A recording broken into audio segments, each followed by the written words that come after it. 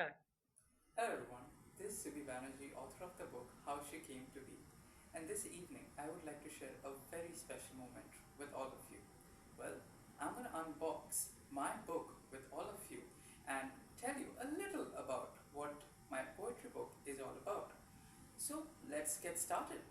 Now, as I'm unpacking the book, let me tell you a little story of how this book came in 10 years ago when I was not very old but rather a college kid, and I was in my room and thinking that there's a lot that we think about when we think about a queer life.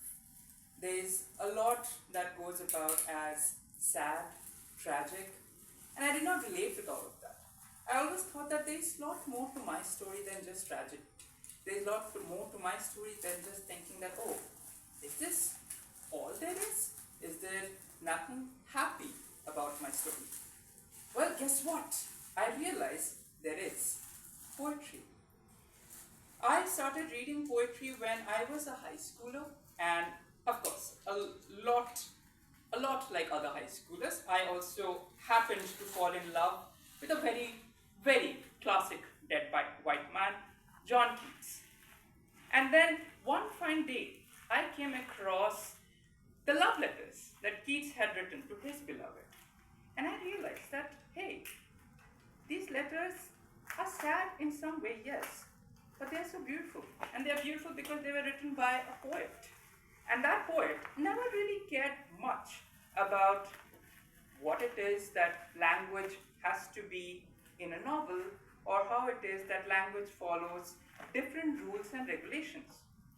What the poet rather did was that he played with the language. And I realized that isn't that what gender is all about with me? I play with it. I play with it and I tell the world that there's a lot to my name, there's a lot to my pronoun, there's a lot that I live with as a trans individual. And this book is all about that. Me playing with language, me unraveling all the happiness that I have discovered in my life and all the happiness that poetry has given me in my life, which has brought to me to this collection that I finally have been able to share with the entire world. I hope you enjoy this collection. I hope you find a piece of yourself in this, and if not that, maybe a poem that will stay with you. Thank you, everyone.